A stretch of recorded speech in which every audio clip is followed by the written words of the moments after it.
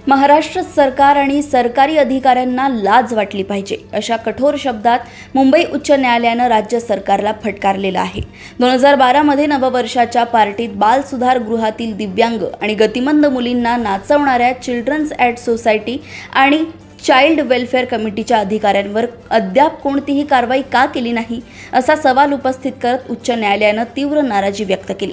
मुख्य न्यायमूर्ती आलोक आराधे आणि न्यायमूर्ती संदीप मारडे यांच्या खंडपीठानं 11 वर्षांपासून जनहित याचिका प्रलंबित कशी राहू शकते असा सवाल उपस्थित करत राज्य सरकारवर कडक ताशेरे ओढले आहेत।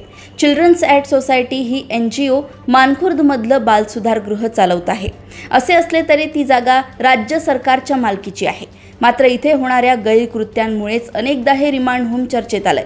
एका सांस्कृतिक कार्यक्रमाच्या नावाखाली साल 2012 मधील 31 डिसेंबरच्या रात्री मानखुर्द येथील चिल्ड्रन होममध्ये ओल्या पार्टीचं आयोजन करण्यात आलं होतं। या चिल्ड्रन होममधील 359 पैकी 29 मुलींना पहाटे 3 वाजेपर्यंत या पार्टीत सहभागी करण्यात आलं होतं। इतकंच नव्हे तर पार्टी करता बोलावलेल्या नर्तकींसोबत या मुलींनाही नाचवण्यात आलं होतं। या प्रकरणी मुंबई उच्च न्यायालयात संगीता पुणेकर यांनी जनहित याचिका दाखल केली। बालगृहातील कर्मचाऱ्यांनी इथल्या मुलींचं लैंगिक शोषण केल्याचा आरोप करत चिल्ड्रन्स ॲड सोसायटीच्या गव्हर्निंग काउन्सिलला पत्र लिहिलं होतं।